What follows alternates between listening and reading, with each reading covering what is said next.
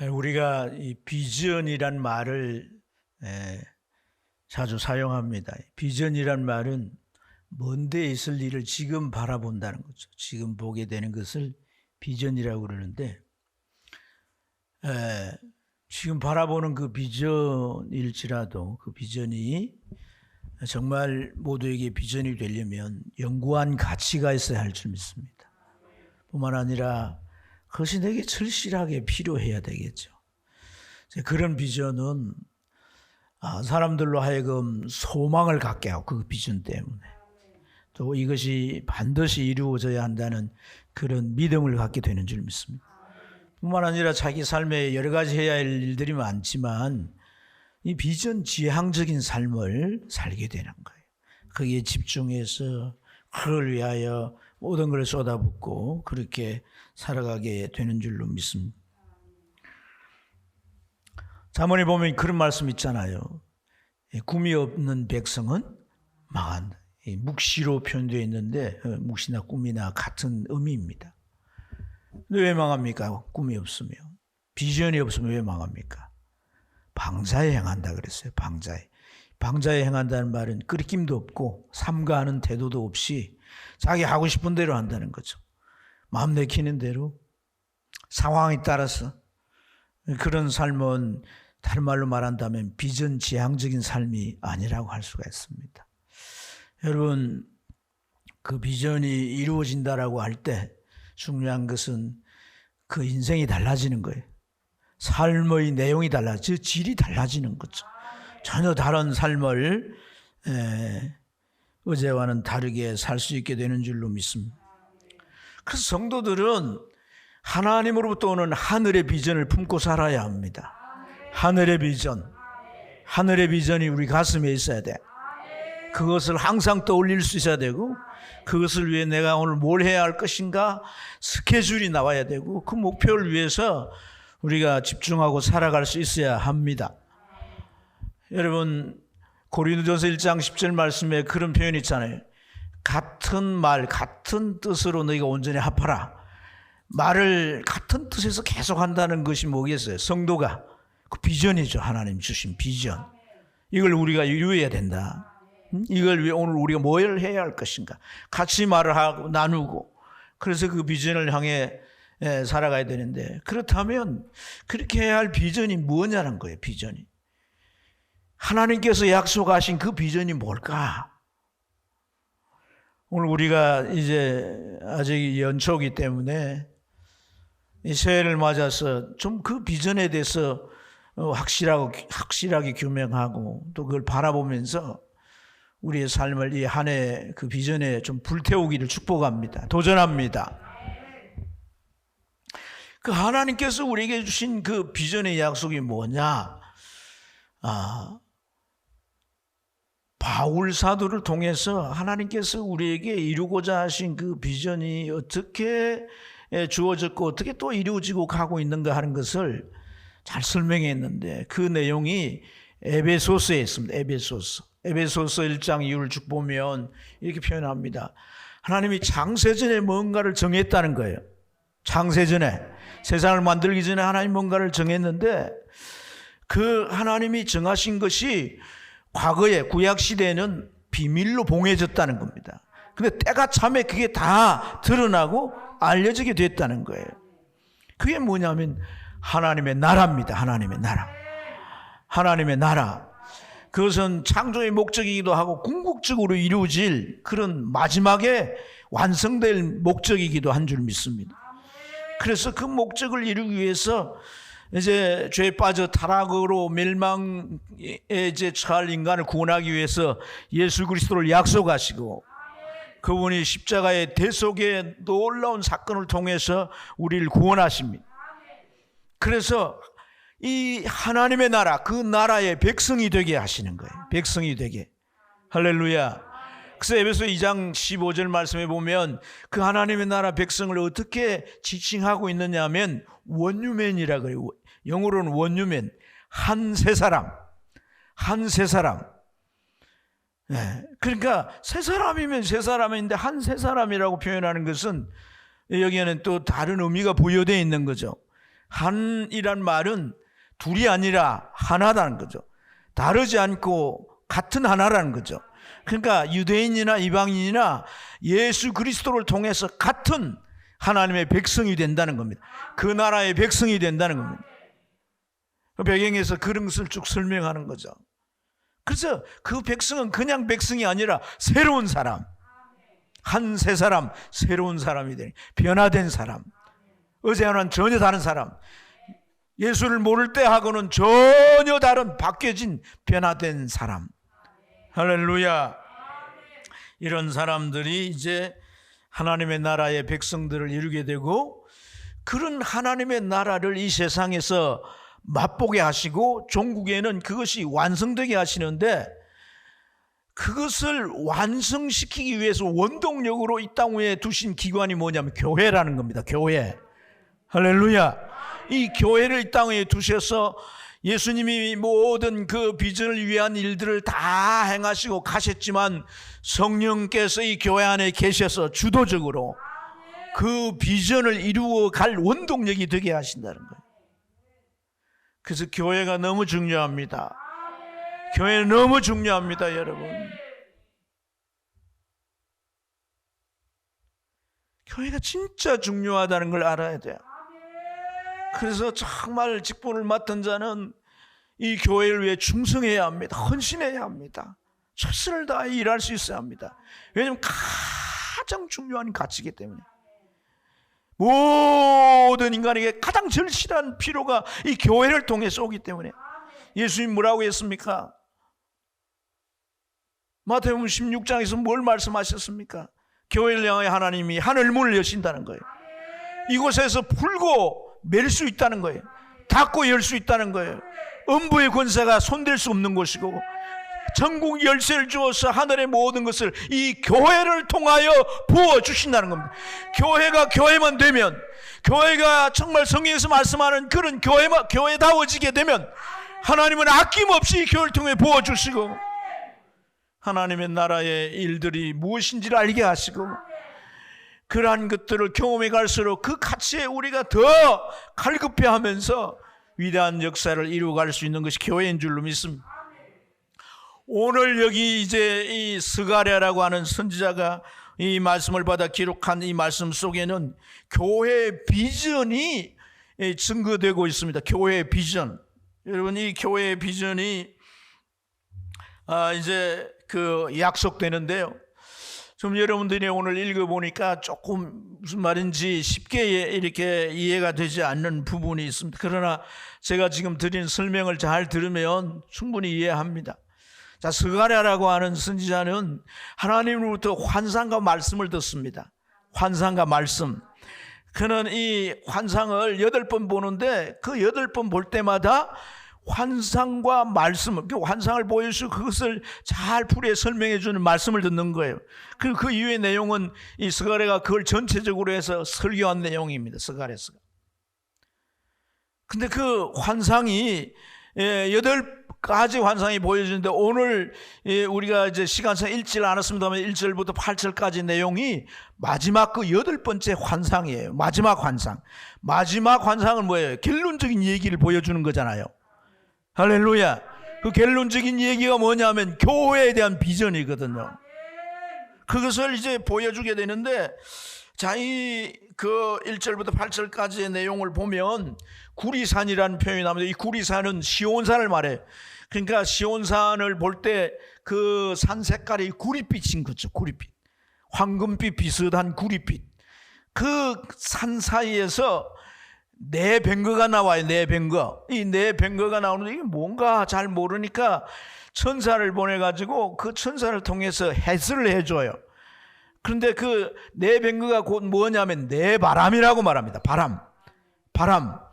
바람은 여러분 이 히브리서 1장을 보면 바람을 하나님께서 불꽃으로 바람으로 누구를 그렇게 삼으신다고 그랬어요? 천사를 그렇게 삼는다고 그랬어요. 천사를. 아멘.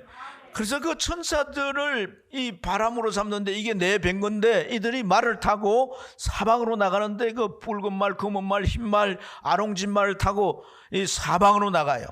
사방으로 나가는데 이란 말들을 타고 나가는 이 천사들은 무슨 목적으로 가느냐? 세상을 심판하기 위해서 간다는 거예요. 심판하기 위해서. 하나님께로부터 이 세상을 심판하라고 하는 명령을 받아가지고 이 천사들이 나가는데 동서남북을 이제 사방으로 흩어지면서 두루 살피는 겁니다.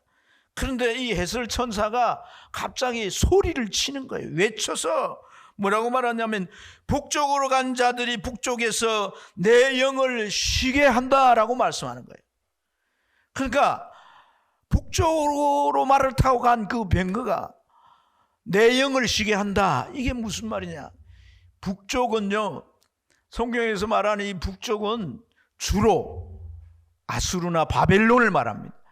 이 시점엔 바벨론입니다. 바벨론. 이스라엘 땅에서 보면 북쪽이 바벨론인 거죠. 바벨론.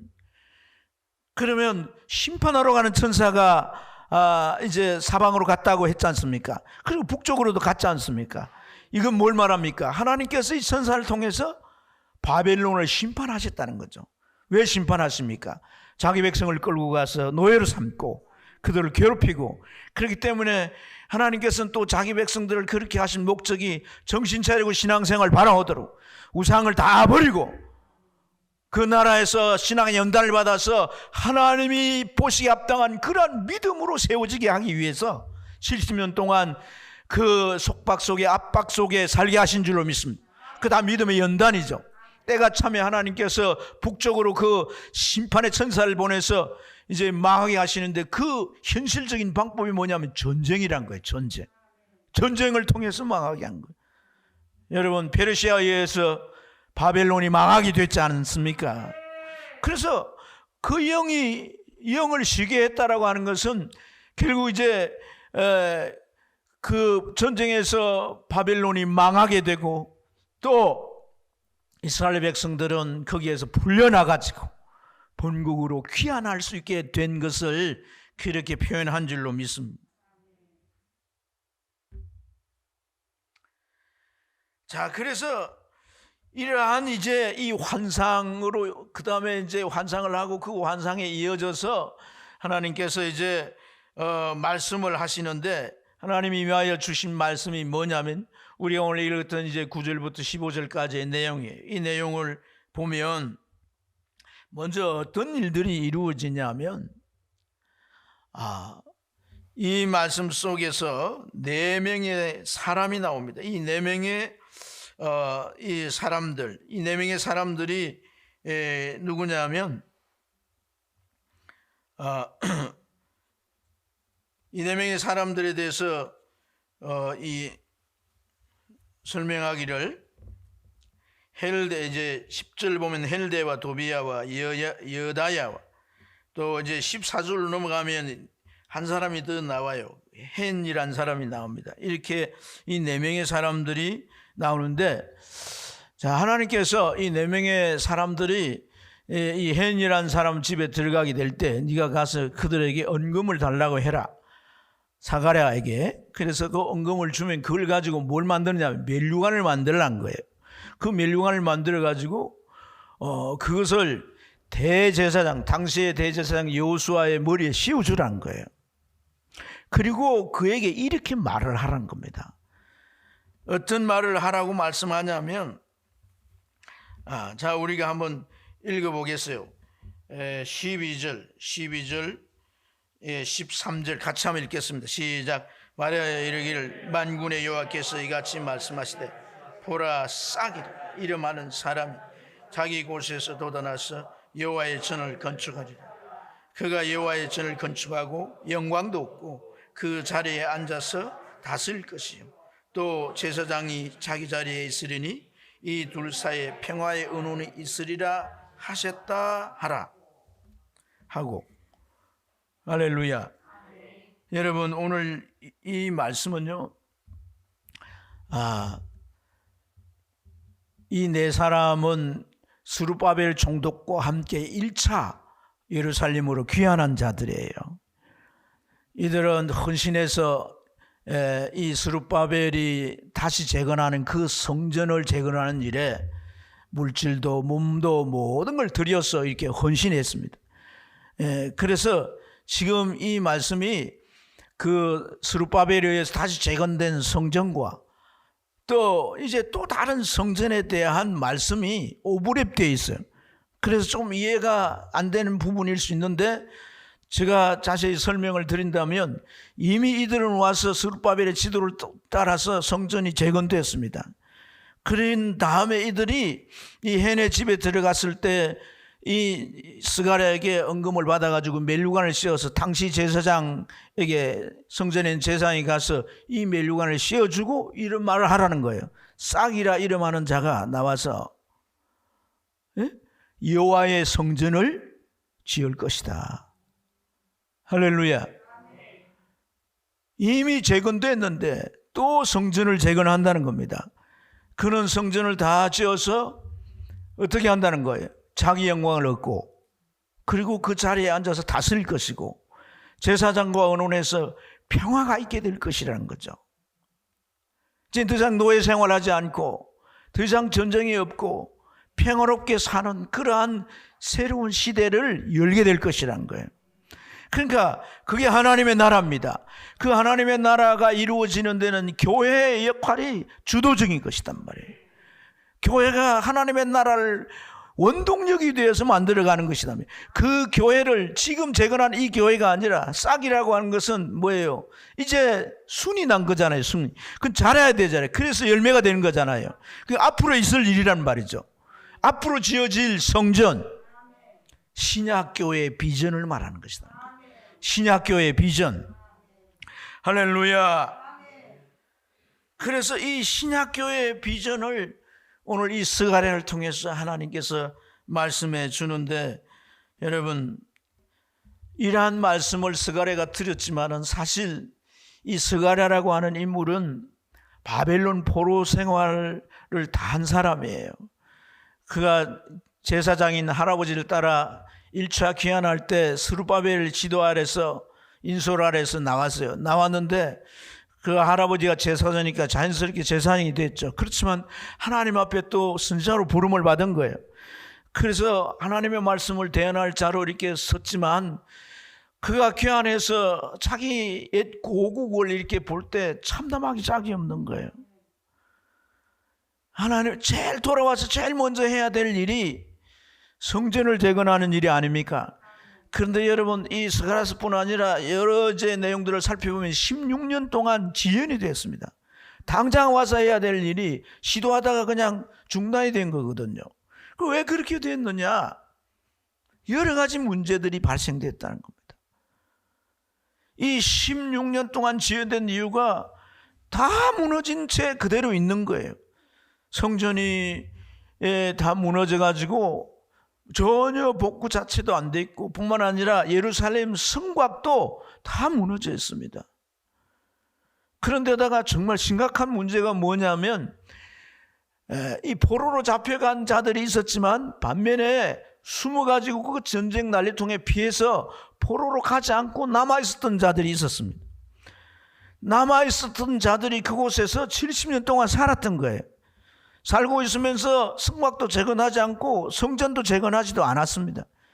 그런데 갑자기 이제 이 스룹바벨이 사람들을 데리고 인솔해서 예루살렘으로 왔잖아요.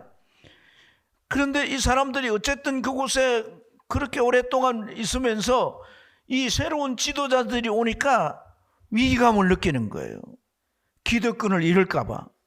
그래서 지도자인 총독 또 인정하지 않고 지도자들의 말을 잘 따르지도 않아요.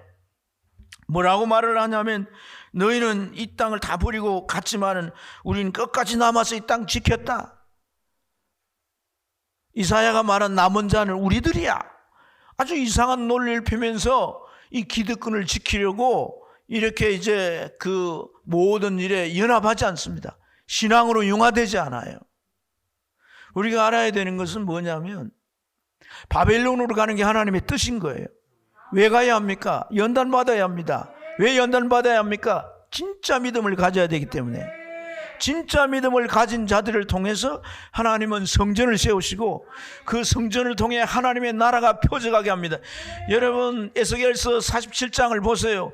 그 성전에 물이 가득 차게 될 때 문지방에서 물이 흘러들어가서 뭘 회복합니까? 아라바 사막을 회복합니다. 죽은 바다를 다시 살립니다. 하나님의 나라 영향력이 그런 거란 거예요. 그런데 아무나 붙들고 하나님의 성전을 짓지 않습니다.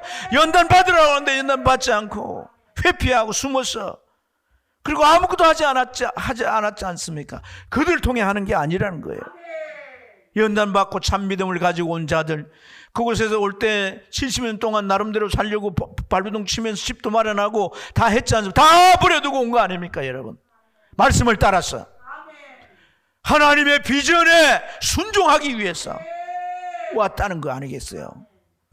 그런데 이들은 그들과 함께 융화되지 않습니다. 게다가 아주 외부적으로 사마리아 지도자들이 아주 극렬하게 회방했습니다. 그들이 할 수 있는 방법은 다 수단 방법을 가리지 않고 사용하면서 그렇게 이제 회방했습니다. 그들이 그렇게 한 목적은 뭐 신앙 이유가 아닙니다. 정치적인 이익을 위해서 그렇게 한 것이죠. 그래서 안팎으로 이 어려움들이 있었기 때문에 계속 지연됐던 거죠. 그래서 여러분 우리가 깨달아야 되는 것은 하나님이 비전을 세우시고 하고자 하시는 일은 하나님이 하십니다. 하나님이 하십니다. 할렐루야. 그래서 스가랴 4장을 보면 그 7절부터 쭉 그렇게 말합니다. 큰 산아 네가 무엇이냐? 네가 무엇이냐? 너는 스룹바벨에 의해서 스룹바벨 앞에서 평지가 될 것이다.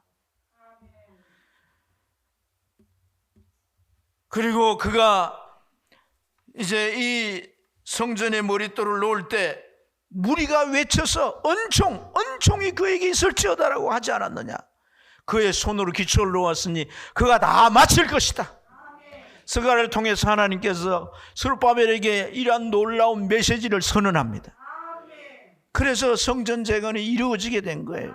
스룹바벨만 아니라 학계를 통해서도 하나님은 이러한 지도자들이 힘을 주고 성전 재건에 이제 다 완성할 수 있도록 그렇게 촉구하고 격려한 줄로 믿습니다. 큰 산이 뭡니까? 성전 재건을 방해하는 거죠. 인정하지도 않고 부정하면서 같이 하지 않는 그러한 이 땅에 먼저 살았던 자들 뿐만 아니라 이 사마리아에 있는 지도자들과 그 외세의 여러 가지 방해와 해방 작용들, 이러한 이 못된 짓들이 이게 큰 산이죠, 큰 산. 그러나 하나님의 사람의 지혜나 힘으로 되지 않지만 하나님의 성령에 충만해지게 되니까 담대한 믿음으로 성전을 다시 재건할 수 있게 된 줄로 믿습니다. 그래서 오늘 이 말씀에는 이러한 일뿐 아니라 다른 성전, 이 다른 성전을 보여주시는 하나님이 계신 거죠. 아까 말씀드린 그 10절에서 헬레나, 도비아나, 또 이제 여디아나, 그리고 14절의 헨까지 이 네 사람, 이들을 통해서 하나님께서 이제 그 성전을 재건케 하시고, 또 이제 그 재건한 이들이 은금을 내어서 멸관을 만들어서 여호수아에게, 제사장 여호수아에게 씌우고, 이렇게 앞으로 이루어질 그 성전을 계시해 주시는 거죠. 이 신약교회에 대한 비전 말입니다. 할렐루야. 싹이라 이름하는 사람이 나와서 그가 여호와의 전을 건축하고 그가 영광도 얻고 그 자리에 앉아서 다스릴 것이고, 그리고 제사장과 평화를 언론해서 평화가 온 세상에 퍼져갈 것이라는 거예요. 이 싹이라고 이름한 자가 누구겠습니까? 예수 그리스도였습니다. 할렐루야. 그가 여호와의 전을 건축한다는 겁니다. 이게 뭡니까? 에스겔이 말했던 성전, 바로 오늘날의 교회인 줄 믿습니다. 구약에는 이런 신약교회의 비전을 하나님이 그 백성들에게 보여주셨다는 거예요. 그래서 여러분, 왜 이제 이 네 명에게 은금을 받아가지고 멸관을 만들어서 대제사장 여호수아 머리에 씌우라고 했을까요? 제사장은요, 이 멸관이 왕관이거든요. 제사장은 왕이 아니에요. 왕관을 쓰는 법이 없습니다. 관은 있어요. 하지만 제사장 쓰는 거 아닙니다. 예수님이 쓸 것이라는 거예요. 예수님은 교회의 머리가 되셔서 교회를 다스릴 뿐 아니라 성도들을 통해서 세상을 다스려가는 그런 놀라운 섭리를 펼쳐가시는데, 그게 교회를 통해서 펼쳐질 하나님의 나라를 잘 암시해 주는 줄로 믿습니다. 그래서 이런 것을 이제 계시해 주고 멸류관을 한번 씌웠다가 새로 재건한 그 성전 안에다 두라는 거예요. 성전 안에. 성전 안에 두라는 거예요. 이 하나님의 메시지가 앞으로 이루어질 것에 대해서 미리 기념물로, 너희들이 드리는 이것이 기념물이 되어서 이 신약교회의 비전을 바라볼 수 있도록 성전 안에 두라는 거예요.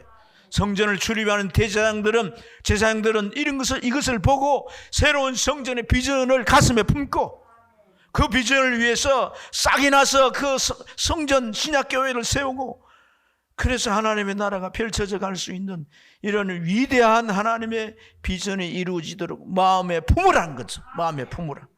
할렐루야.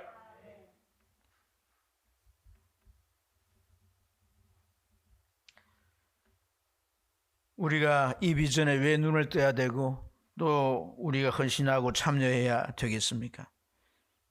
신약교회는 솔로몬 성전처럼 돌로 짓는 게 아닙니다.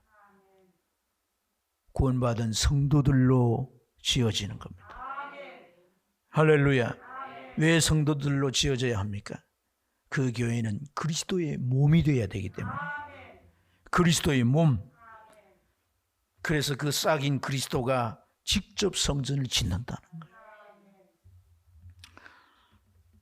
여러분, 그리스도의 몸인 이제 이 교회가 우리에게 있어서 어떤 영구적인 가치를 가지게 되고 어떤 절실한 필요를 채워줄 수가 있겠습니까?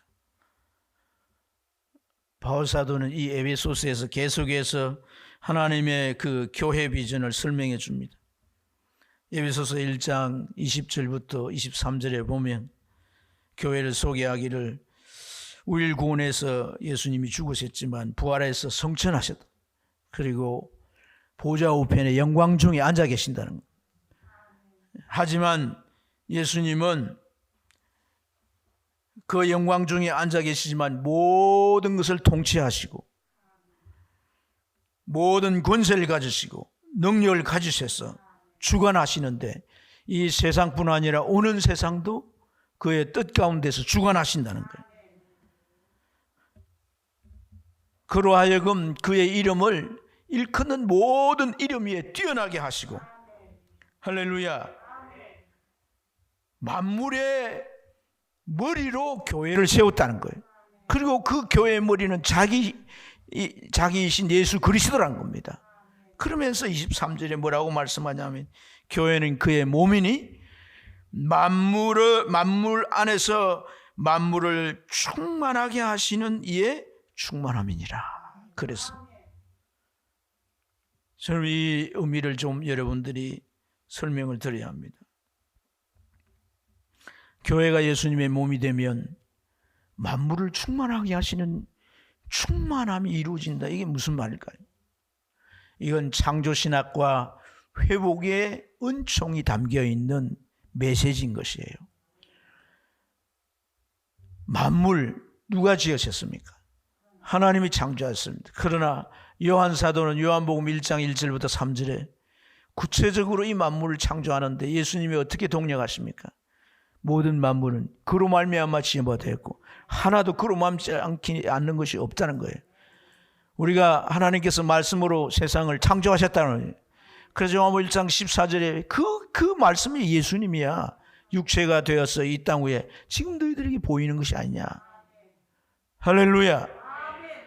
만물을 창조하셨으니까 만물이 죄로 말미암아서 그 만물이 말이죠, 회파되고 고통 가운데서도 그분이 지으신 분이니까 다 회복할 수 있는 거 아니겠어요? 새롭게 할 수 있는 거 아니겠어요? 아멘. 충만이라고 하는 것은 가장 완벽한 상태의 모습을 되찾는 것입니다.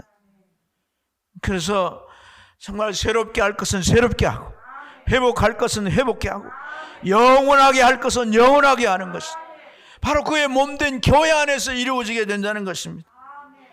여러분, 우리가 크고 작게 체험한 게 뭡니까? 예수 믿고 교회 생활하면서 점점 내가 회복됩니다. 망했지만 내가 경제적으로도 그 망한 경제가 회복되고, 건강도 회복되고, 지위도 회복되고, 삶이 회복되고, 가정이 회복되고, 하나님이 회복해 하시는 역사가 만물 안에, 그 만물 안에, 이 의미는 만물 안에 그리스도가 충만히 계신다는 거예요. 교회 안에도 충만히 계시지만 내 안에 그리스도가 계셔서 내 손으로 행하는 모든 일에도 그리스도가 충만히 그 회복의 역사를 일으키시고 새롭게 하시는 역사를 일으키시고 그 하나님의 나라에서 공급되어지고 보급되어지는 일들을 주님께서 성실히 행하신다는 거예요. 좀 이걸 믿어야 합니다. 이걸 믿어야 합니다. 여러분, 경험하지 않았습니까? 하나님 얼만큼 주고 스탑하지 않습니다. 여러분, 제발 이 교회 비전을 가져야 합니다. 교회 비전을 가져야 합니다. 여기에 우리가 믿음이 필요한 줄로 믿습니다.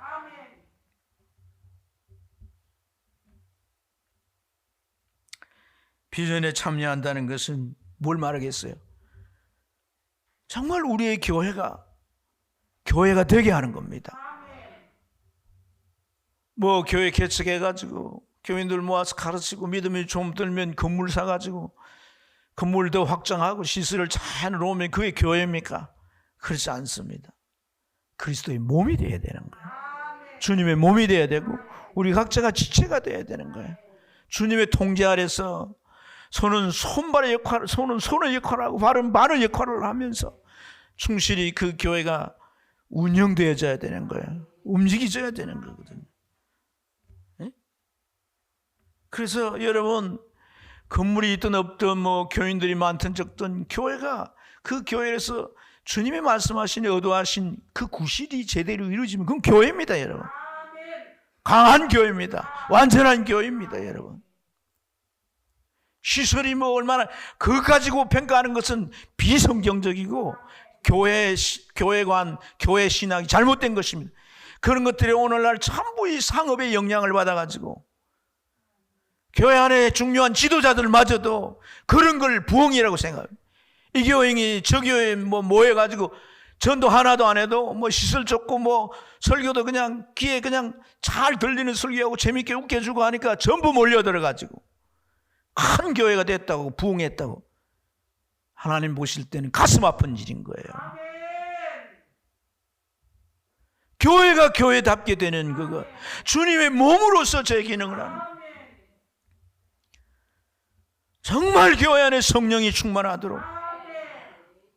내가 신앙생활하는데 어려움이 많고 힘들고 여러 가지 일들이 겹쳐졌지만 우리가 분명히 알아야 되는 것은 주의 성령이 교회 안에 충만하면 회복이 되는 겁니다. 그러기 위해서는 내가 지체로서의 내 구실이 뭔지를 찾고 그걸 위하여 내가 헌신해 드려야 되는 거거든요. 그렇게 되면 주의 성령은 그 이 물도 말이죠, 이 물이 컵은 물 안에 딱 담기기 위해서 컵을 만든 거 아닙니까? 만약에 이게 뭐 밥그릇이라고 하면 이 밥을 담기에 충분한 거란 말이에요. 접시는 그게 밥을 담지 않잖아요. 물론 뷔페에 가면 밥을 크게 담아 먹기도 합니다. 제 용기에 구실이 있다는 거예요. 구실이. 할렐루야. 그래서 우리가 정말 그런 구실을 찾아서 하나하나 하려고 하면 성령은 점점 우리 안에 오셔서 교회가 교회다워지도록 역사하는 것이다. 어떤 자들이 그런 교회를 세울 수가 있겠습니까? 오늘 10절에 14절에 소개된 네 사람이 우리에게 좋은 본보기입니다.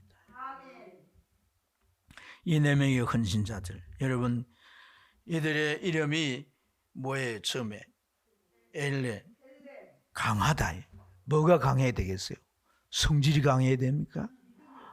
그렇죠. 믿음이 강해요. 어떤 사람 믿음이 강해집니까? 연단을 받고. 바벨론에서 연단을 받았어. 정말 우상 앞에 절하라 해도 불부분에 던진다 하는데도 절하지 않습니다. 우상 앞에 맞들여진 그러한 제목을 먹으라 해도 먹지 않습니다.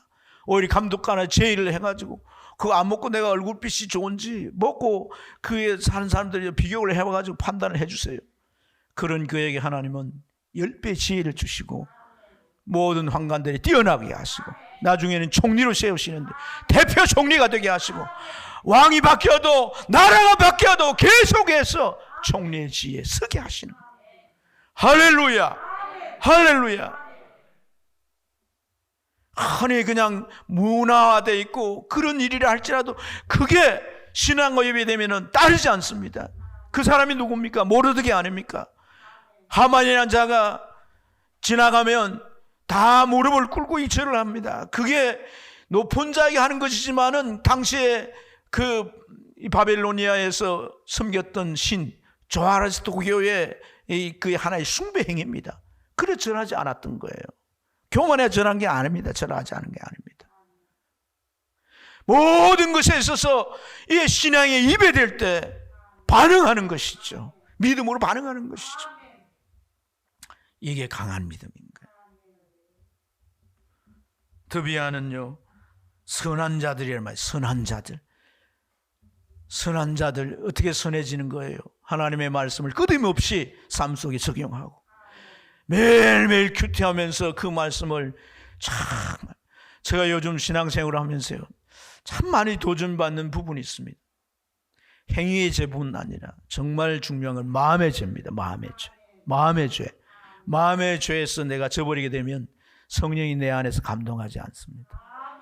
그러면 점점 주변에 있는 어둠의 영들이 나를 침식해 옵니다. 여러분 마음의 죄와 싸워야 합니다. 마음으로 일어난 죄와 싸워야 합니다. 예수 이름으로 물리치세요. 말씀을 적용하고 선포하십시오. 아멘. 마음에 자꾸 쌓여지면 그게 나중에는 큰 낭패를 보릅니다. 싸움도 하게 되고. 이 마음의 죄를 다스려. 순간순간 넘어지지만은 제가 마음의 죄를 다스리면서 그 오는 성령이 주시는 그러한 잔잔한 평화를 맛보고 최근에 와가지고 막 여러 가지 상황에서 너무나 이 마음이 흔들리고 막 이러는 거예요. 그래서 제가 어젯밤에 여기 이제 항상 예배를 위해서 교육자들이 기도하는데 그걸 하나님이 깊이 깨닫게 해주셨어요.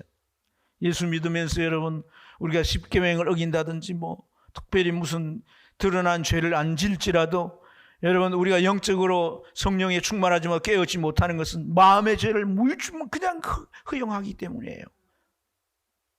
엄란한 생각을 허용하고 악한 마음을 허용하고 시기 질투를 허용하고 이 마음의 죄를 이겨야 되는 거예요.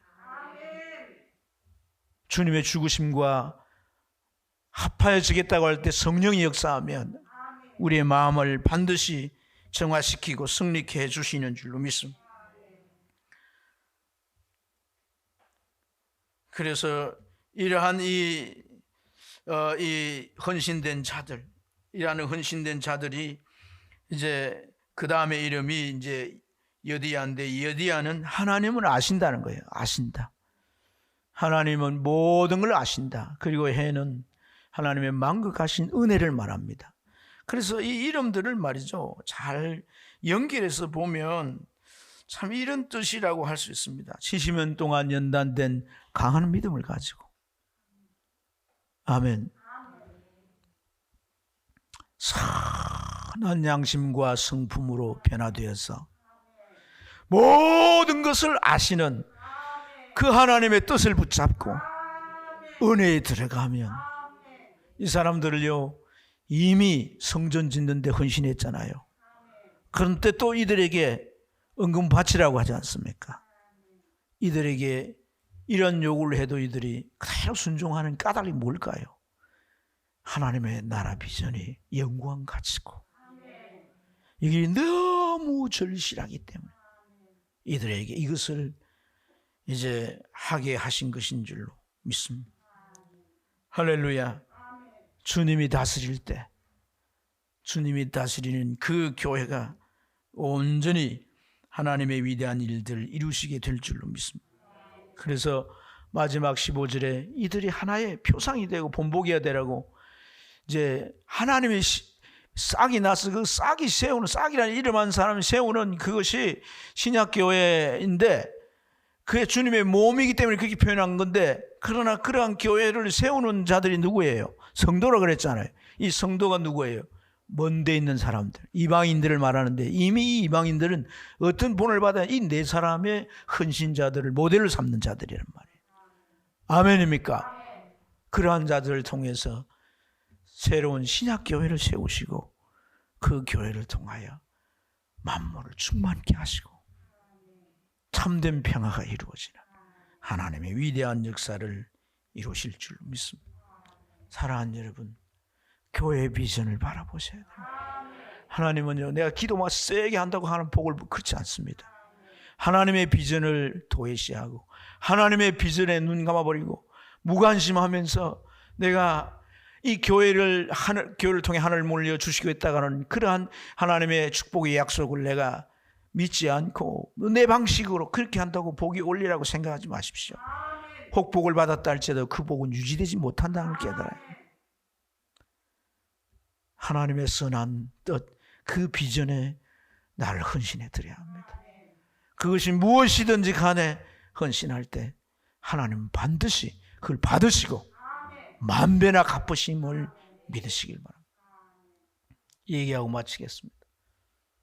허드슨 테일러는요, 중국 선교사로서 중국 선교의 아버지라고 합니다. 이 허드슨 테일러가 선교사가 되기 전에 체험한 일환데요. 병원에 근무하면서 그 병원에 이제 병원을 운영하는 사람이 월급을 자꾸 미루는 거예요. 그래서 월급을 받지 못했는데 자기의 남은 것은 금화 하나 남아 있는 거예요. 금화 하나.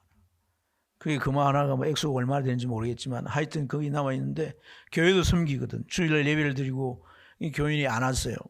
그래서 신방을 주일날 가게 되는데 가보니까 그 가정에 아이들이 4명인데 막내가 갓난아이인 거예요. 엄마는 아이들을 돌보지 못하고 누워 있습니다. 보니까 너무 아픈 거예요. 가난하고 먹을 것도 없고 치료할 약값도 없고. 그런데 허드슨 테일러 마음에 이 호주머니에 있는 금화가 자꾸 떠오르는 겁니다. 그래서 안 돼. 왜냐면 그게 이제 좀 자기 남은 거라서 그걸 가지고 이제 다음 봉급 나올 때까지 먹고 살아야 되니까 안 돼 이러는데 하나님께서 마태복음 5장의 말씀 가운데 주는 자가 복이 있다. 주라, 궁하는 자에게 주라는 말씀을 떠올리는 거예요. 그러니까 하나님 안 됩니다. 내가 나누어서 1센트, 2센트 이렇게 줄 수는 있지만 이 금화 하나 다 줘버리면 나 뭐 먹고 삽니까? 안 됩니다. 그러니까 이 말씀을 계속해서 가슴을 치는 거예요. 그래서 못 이겨서 그 금화를 그 사람들에게 주고 축복해주고 돌아왔습니다. 집에 오니까 진짜 먹을 게 없어요. 그래서 대충 거두가지고 죽을 써서 먹는데 죽을 끓이면서 말씀을 묵상합니다. 말씀을 묵상하는데 그 말씀이 이제 잠언 19장 17절에 불쌍한 자를, 가난한 자를 불쌍히 여기는 것은, 구제하는 것은 그 말이죠. 하나님에게 구워주는 것이다. 하필이면 또 그 말씀이 이제 떠오르니까 말씀을 충분히 묵상하고 그렇게 기도했다. 하나님 구워드리습니다. 갚는 걸 넣어주시면 안 됩니다. 절대로 미루지 마세요. 지금 나는 물품입니다. 그걸 기도를 했는데 기도 마치자마자 바깥에서 문을 녹아서 딜리버리가 왔습니다. 전달해 주는데요. 은하가 아니라 그 말을 그 전달하는 함 안에 있는 겁니다. 그때 그걸 깨달았습니다.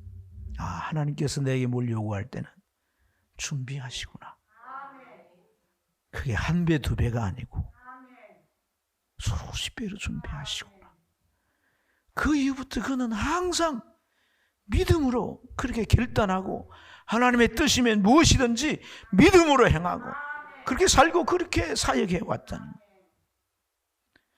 이런 허드슨 테일러의 나중에 선교 사역에도 그랬고 그런 본을 잘 따르는 대표적인 선교 단체가 OMF입니다. 신앙생활은 우리가 정말 좋은 것에 도전받고 그 신앙의 방식을 내 것으로 삼아서 하나님을 체험해가는 것인 줄로 믿습니다. 하나님의 비전에 동참하십시오. 비전에 헌신하십시오. 비전에 쓰임 받으십시오. 이 4명의 사람들을 우리가 기억하고 그 영광이 저 천국 성전에 영광스럽게 기념으로 남을 줄로 믿습니다. 기도합니다.